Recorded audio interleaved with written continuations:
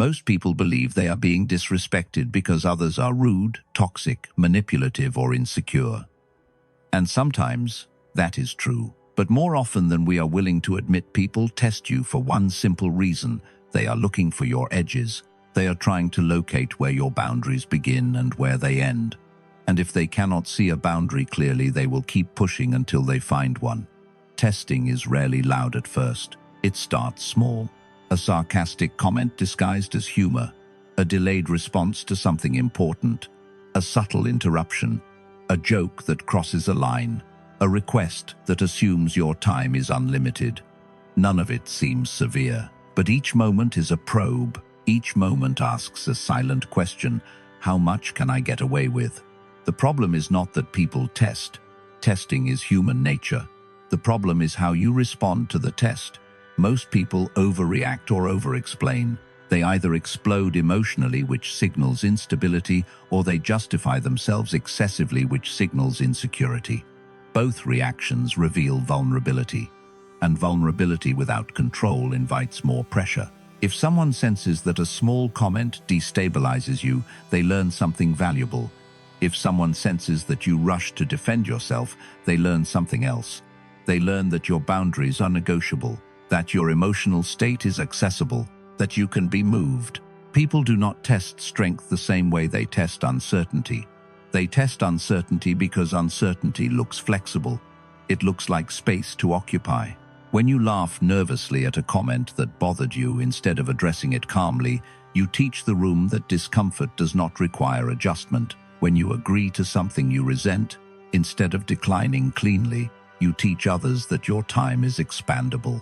When you tolerate repeated interruptions without recalibrating the dynamic, you teach people that your voice can be overridden. Over time, these micro-signals accumulate, and the room adjusts accordingly. Here is the uncomfortable truth: you train people how to treat you. Not through speeches, not through threats, through patterns. If your pattern is to overgive, people will take. If your pattern is to over-explain, people will question more. If your pattern is to tolerate minor disrespect, people will escalate it gradually. Boundaries are not primarily verbal declarations. They are behavioral consistency. Most people think boundaries mean confrontation. They imagine dramatic conversations where they assert their limits forcefully. But the strongest boundaries are often silent. They are conveyed through controlled reaction, altered availability, reduced access, and calm detachment. A silent boundary does not shout, "You crossed the line." It demonstrates that line exists, and demonstration is far more powerful than announcement. The Stoics understood that control over yourself is the only stable form of authority. You cannot control whether someone tests you. You can control whether they find movement when they do. If every test produces visible emotional disturbance, the testing will continue. If tests meet composure, brevity, and adjustment, they often stop. This is not about intimidation. It is about self-governance. When you govern your responses, you stop broadcasting weakness. When you stop broadcasting weakness, opportunistic pressure decreases. Over the next several sections, you will learn 5 silent boundaries that shift how people experience you. They are not aggressive. They are not theatrical, but they are decisive. And once practiced consistently, you will notice something change. The jokes become less sharp. The interruptions become less frequent. The unreasonable requests become less bold. Not because people became kinder overnight, but because you stopped signaling that your limits are flexible. Respect is rarely granted in one dramatic moment. It is built through repeated demonstrations that your time, your energy, and your dignity are not open for casual negotiation. Before you can establish a silent boundary externally, you have to understand the principle that governs it internally. The Stoics framed this through one of their most powerful ideas: you control your judgments, your responses, and your actions, and very little else. Other people's behavior is not yours to command. Their tone, their assumptions, their attempts to test you, all of that lives outside your jurisdiction. But your reaction to those attempts is entirely yours. And that reaction is what teaches them how to proceed next time. Most people believe boundaries are about telling others what they cannot do.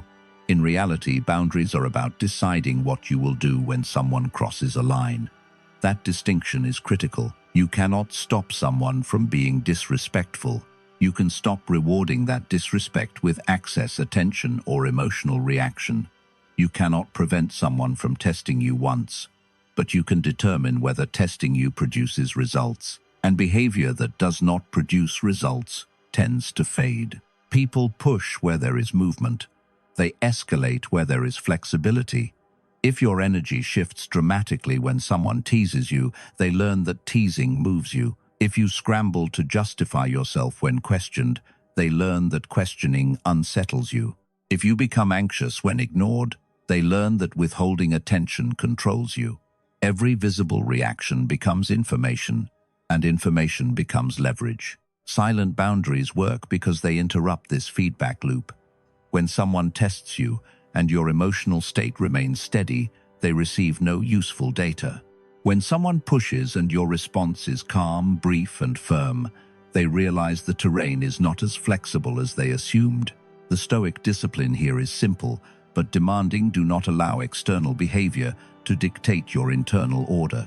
If your internal order collapses the moment someone challenges you, your boundaries are built on unstable ground. But if your internal order remains intact, even under mild provocation, your presence begins to feel solid. And solidity discourages unnecessary pressure. You must also understand that inconsistency destroys boundaries. If you tolerate a behavior 5 times and object on the 6th, the room is confused. If you laugh at a disrespectful comment today, but react strongly tomorrow, the pattern is unclear. Boundaries are patterns, not moods.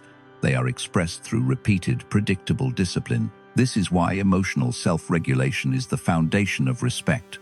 When your reactions are predictable in their calmness, people adjust. When your availability is consistent in its limits, people recalibrate expectations. When your tone remains measured even during disagreement, people test less aggressively. Not because they are afraid, but because the cost-benefit calculation changes. There is no dramatic payoff in pushing someone who does not react dramatically. This is not about suppressing emotion. It is about mastering its timing and expression. The Stoics did not deny anger or frustration. They examined it before acting on it. They chose response over impulse. That gap between stimulus and response is where boundaries are formed. If you react immediately from ego, your boundary weakens. If you respond deliberately from principle, your boundary strengthens. You teach people how to treat you by how you treat yourself under pressure.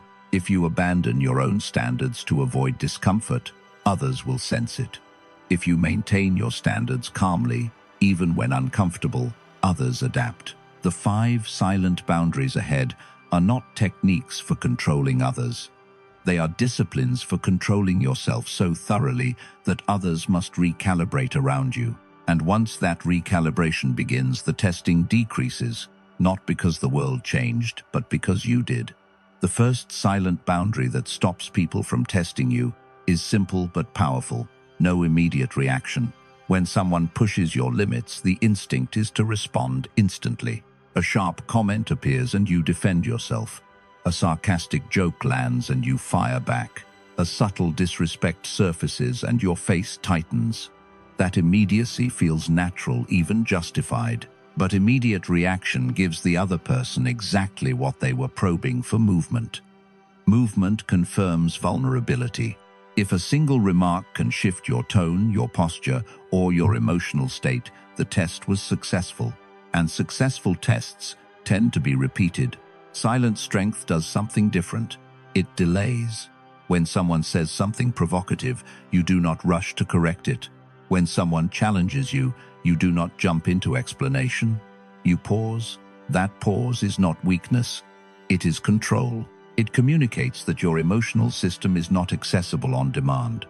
In social dynamics, the person who reacts first often loses leverage. The person who reacts last maintains it. Consider a situation where someone interrupts you mid-sentence.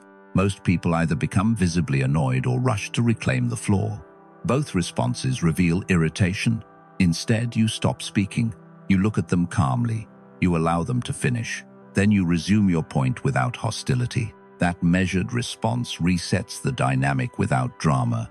It shows that you will not compete emotionally, but you also will not disappear. Another example, someone makes a passive-aggressive comment disguised as humor. The room waits for your reaction. If you laugh nervously, you signal tolerance. If you explode, you signal instability. But if you maintain eye contact and respond briefly, or choose not to respond at all, you introduce uncertainty. And uncertainty discourages casual disrespect.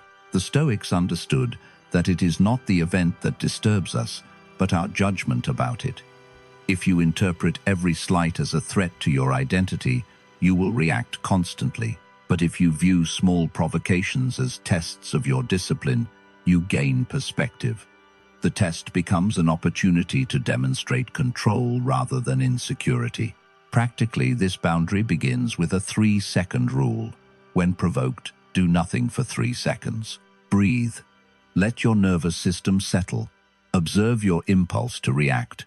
Then choose your response intentionally. That gap changes everything. It breaks the automatic pattern that invites repeated testing. Over time, people begin to sense that you are not easily triggered.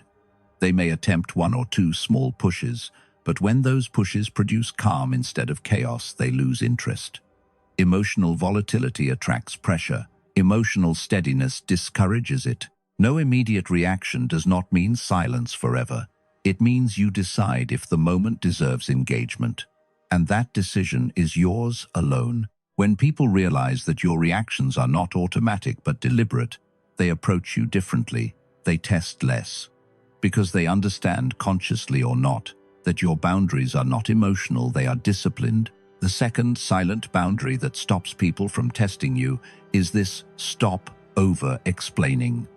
Over-explaining is one of the most common leaks of authority. The moment someone questions your decision, you feel the urge to justify it thoroughly. The moment someone looks confused, you rush to clarify beyond necessity. The moment someone seems dissatisfied, you begin constructing a defense before they even finish speaking. That instinct comes from a desire to be understood and accepted. But excessive justification communicates something unintended, that your choices require approval to stand. When you over-explain, you position yourself as a defendant in a trial no one officially called. You implicitly accept that the other person has the authority to evaluate your reasoning. And when people sense that you are eager to defend yourself, they often push further, not because they hate you, but because they detect flexibility. Silence would have created tension. Explanation removes it. And removing tension too quickly lowers leverage. Consider a simple scenario.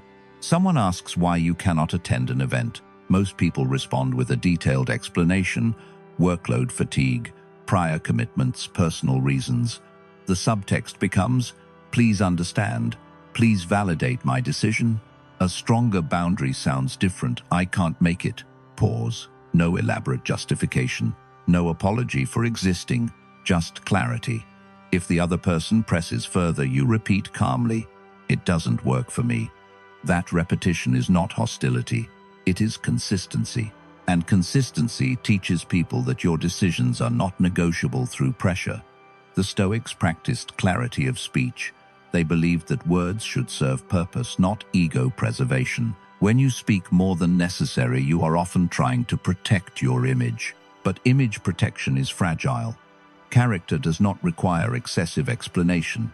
If your decision aligns with your values, it stands whether others fully understand it or not. Over-explaining also creates openings for manipulation. The more reasons you provide, the more reasons someone can challenge. If you say you are busy, they may suggest rescheduling. If you say you are tired, they may minimize your fatigue. If you say you need space, they may argue that space is unnecessary.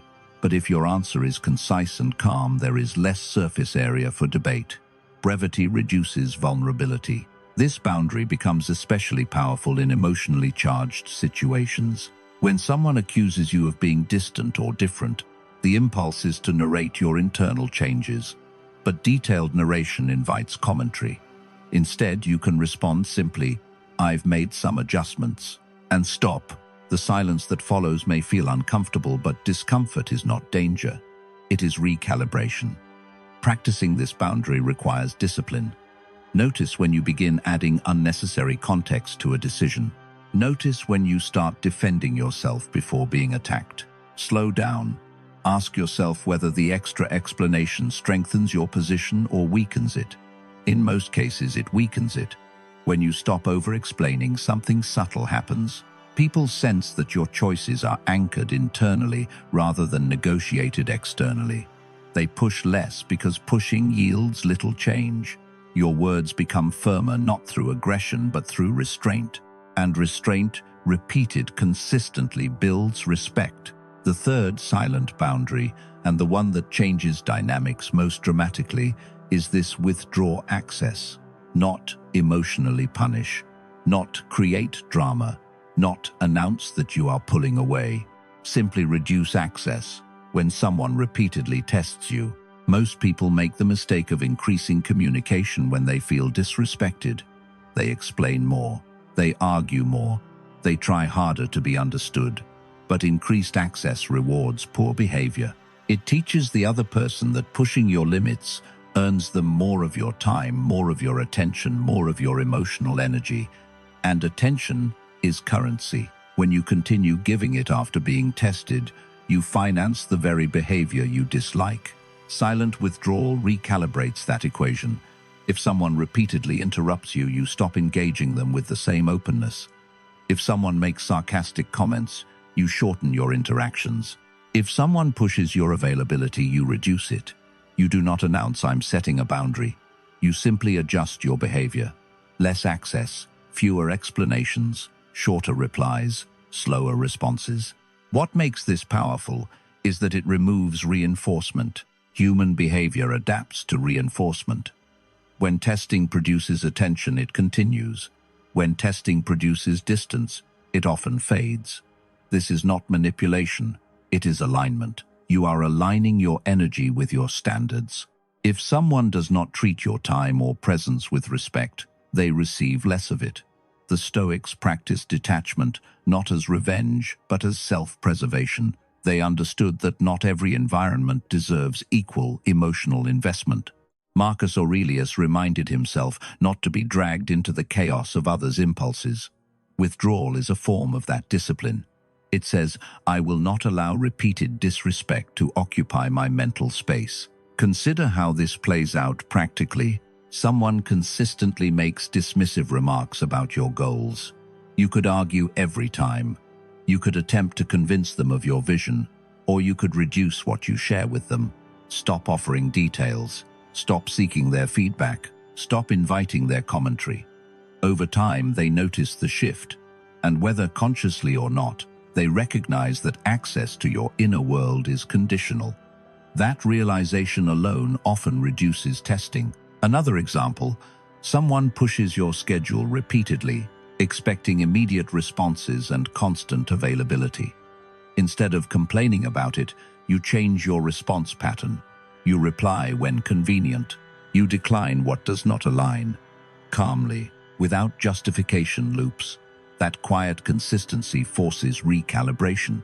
People adjust to the level of access you provide. This boundary feels uncomfortable at first because it requires tolerating the possibility of misunderstanding. Someone may think you are distant. Someone may feel slighted. But boundaries are not about preserving comfort. They are about preserving dignity. If access to you is unlimited regardless of treatment, respect erodes. When access becomes selective, value increases. Withdrawal is not hostility, it is consequence without speech. It is action replacing argument, and action teaches faster than explanation ever will. Over time, those who respect your boundaries remain, those who do not often fade away. Either outcome serves your peace, and peace guarded consistently becomes your strongest boundary of all. The fourth silent boundary that stops people from testing you is this: enforce consequences without speeches. Most people announce their limits repeatedly but never follow through. They say, "Don't talk to me like that yet, continue engaging the same way." They warn, "If this happens again, I'm done," but remain when it does. They express frustration, but change nothing behaviorally. Over time, their words lose weight, because boundaries without consequences are suggestions, and suggestions are negotiable. Silent authority does not rely on threats. It relies on adjustment. If someone continues to cross a line, you do not escalate emotionally. You adjust your behavior. You shorten interactions. You remove privileges. You decline invitations. You stop offering the same level of trust. No dramatic announcement. No final speech. Just visible change. This works because human beings respond more strongly to loss of access than to verbal criticism. Words can be debated, behavior cannot. When your tone shifts from warm to neutral, when your availability becomes structured instead of flexible, when your responses become measured instead of enthusiastic, the message is received without argument. You are not punishing, you are recalibrating. The Stoics practiced this principle internally first. They did not argue endlessly with impulses. They corrected them through action. If anger led to regret, they altered their response pattern. If distraction weakened focus, they removed distractions. They did not negotiate with their weaknesses. They adjusted behavior. The same principle applies socially. If someone repeatedly arrives late to meetings, you begin without them. If someone consistently interrupts you, conclude your thought and move on without engaging their tangent. If someone disrespects your time, you reduce the time offered. You are not reacting emotionally, you are restructuring access. Consequences are not revenge, they are clarity. They show that your standards are real, and real standards create predictability. Predictability builds respect. Inconsistent reactions create confusion, but consistent behavioral adjustments create boundaries people can feel. There is also a deeper psychological layer here. When you enforce consequences calmly, you signal that your self-worth is not dependent on the relationship staying unchanged. You are willing to risk discomfort to preserve dignity. That willingness alone reduces testing. People push hardest when they believe there is no cost. When cost becomes visible not through anger but through withdrawal of privilege, behavior shifts. Practice this quietly. The next time someone repeats a behavior you have already tolerated once, skip the lecture. Adjust access instead. If the pattern continues, reduce further. If it improves, maintain consistency. Over time, people learn that your boundaries are not emotional reactions. They are structural realities. And structural realities are respected more than emotional protests. You do not need to threaten. You do not need to dramatize. You simply need to align your behavior with your standards. When words and actions match consistently, testing decreases, because people understand that pushing further yields less, not more. And that is how silent boundaries protect you without noise. The fifth silent boundary that stops people from testing you is this: leave environments that repeatedly disrespect you quietly and permanently. Not storming out, not delivering a dramatic final speech, not announcing your departure with emotional intensity, simply reducing exposure and stepping away with composure. Many people tolerate subtle disrespect far longer than they should because they fear being perceived as sensitive, difficult, or overreactive. So they stay. They endure the jokes that go a little too far. They remain in circles where their voice is consistently minimized. They continue investing energy in relationships that repeatedly cross the same line. Over time, tolerance becomes permission, and permission becomes expectation. The most powerful boundary is not a sentence, it is absence. When someone realizes that access to you is not guaranteed, the dynamic shifts immediately. Presence is a privilege, and privileges can be revoked. The Stoics practiced detachment, not as rejection of people, but as protection of inner order. They understood that proximity shapes character. If an environment consistently erodes your composure, your peace, or your dignity, the disciplined choice is to distance yourself, not angrily, not vindictively, just decisively. There is enormous strength in quiet exit. When you stop attending gatherings that leave you drained, when you stop responding to messages that consistently disrespect your time, when you disengage from conversations that repeatedly diminish you, You communicate something powerful without saying a word. My standards are not flexible for comfort. Leaving without spectacle preserves your dignity. It denies others the drama they may expect. It refuses to feed narratives. It simply shifts your trajectory. And people notice. Sometimes they adjust, sometimes they do not.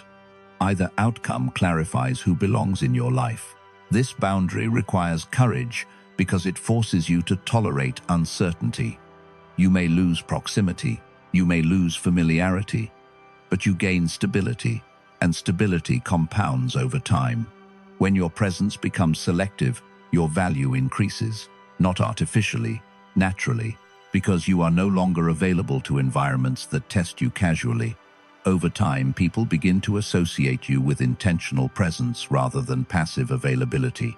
And intentional presence commands respect. You are not obligated to remain where you are repeatedly diminished. You are not required to argue your way into dignity. Sometimes the strongest move is to remove yourself from the equation entirely, quietly, consistently, permanently. When you master this boundary, you stop negotiating with environments that do not honor your standards. You choose alignment over familiarity, and that choice reshapes your world more effectively than confrontation ever could. Step back and look at what these 5 silent boundaries actually represent. No immediate reaction, no over-explaining. Withdraw access. Enforce consequences through action. Leave environments that erode your dignity. None of them rely on aggression. None require shouting threats or dramatic ultimatums. They require discipline. And discipline is the foundation of real authority. Most people think boundaries are built through confrontation, but confrontation without self-governance is just noise. A boundary only becomes real when your behavior changes consistently. When someone tests you, and nothing in you moves emotionally, that is a boundary. When someone pushes, and your explanation does not expand, that is a boundary. When someone repeats disrespect and your access reduces quietly, that is a boundary. When someone ignores your standards, and you remove yourself without chaos, that is a boundary. Over time, people stop testing what does not yield movement. The Stoics understood this deeply. They did not try to control how others behaved. They focused on controlling how they responded. And that control created gravity. Gravity is not loud. It does not demand recognition. It simply alters how others orbit around you. When your inner world is ordered, external pressure loses influence. And when external pressure loses influence, respect increases naturally. Remember this clearly. People test uncertainty, not strength. They probe for flexibility in standards. They look for cracks in emotional stability. If they find those cracks, they widen them. If they find steadiness, they recalibrate. This is not about becoming cold. It is not about detachment from humanity. It is about detachment from chaos. It is about refusing to let small provocations dictate your emotional state. When your peace is not easily disturbed, it becomes expensive to disturb it. And people rarely invest energy where there is no return. The deeper truth is this: boundaries are not for other people. They are for you. They protect your time. They protect your attention. They protect your dignity. When you maintain them consistently, you feel lighter, less reactive, less entangled. That internal lightness becomes visible externally as composure. And composure commands respect more effectively than intimidation ever could. If you practice these silent boundaries, you will notice subtle shifts. Interruptions decrease, sarcasm softens, unreasonable requests reduce. Not because the world suddenly improved, but because your standards became visible through behavior. And behavior speaks louder than explanation. Govern yourself first. Let others adjust. When your inner discipline becomes consistent, testing loses its appeal. And what remains is something far more valuable than forced compliance: earned respect.